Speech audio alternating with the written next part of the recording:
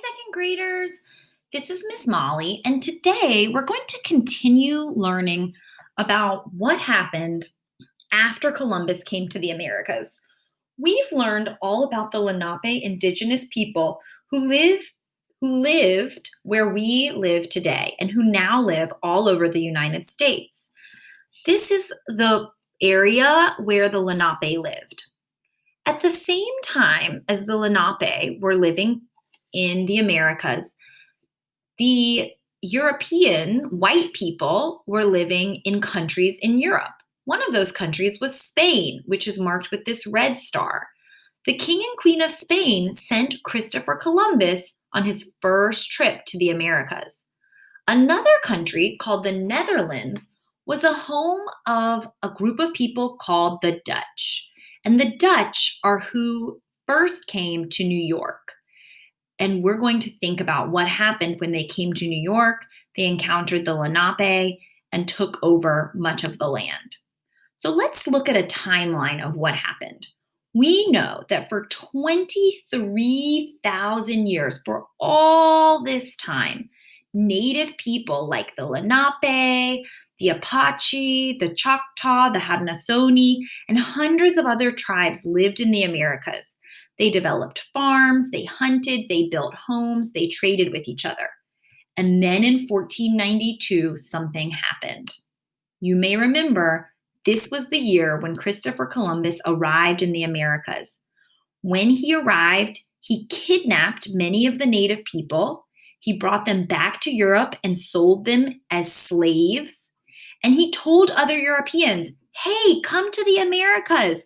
There's all kinds of great things there. There are people who you can enslave, and there's also resources like gold.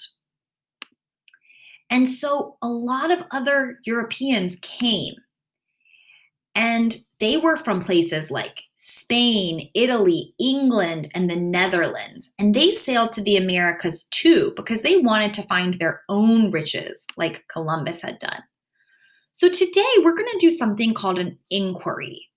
That means we're going to ask ourselves, what do I see? What do I wonder? And you're going to see some images. So we're going to practice this together right now. Teachers, you may want to pause the video, get a timer, and practice. We're going to spend 3 minutes looking at this image. And if teachers notice that's way too long, you can change it to 30 seconds for each part. First, you're going to study the image silently. You're going to want to look and think of everything you notice. When your teacher pauses you, you're going to jot down or draw something you noticed on a Post-it. Or if you're learning online, you might type in the chat. After the second part, your teacher will give you a chance to talk about your ideas. We're going to practice this as a whole group right now, and then we'll do this with smaller groups. So go ahead, pause the video, and try our inquiry protocol. Wow, second graders, I heard so many amazing ideas about this image. And because this is an inquiry, we don't know whether we're right or wrong. We're going to come back and learn more later. So right now, you're going to actually do this with some more images. With your group, or maybe with a partner, you are either going to go onto Jamboard and study some images, and you're going to move through the protocol. Or your teacher may have a printed copy of the images. For each image, you're going to spend a small amount of time studying the image silently without talking, without writing, then jotting or sketching what you notice about it, and then talking out loud. And your teacher will let you know when it's time to switch to the next image. I can't wait to hear more about what you think and what you notice about the Dutch and the Europeans coming to the Americas. See you soon, second graders.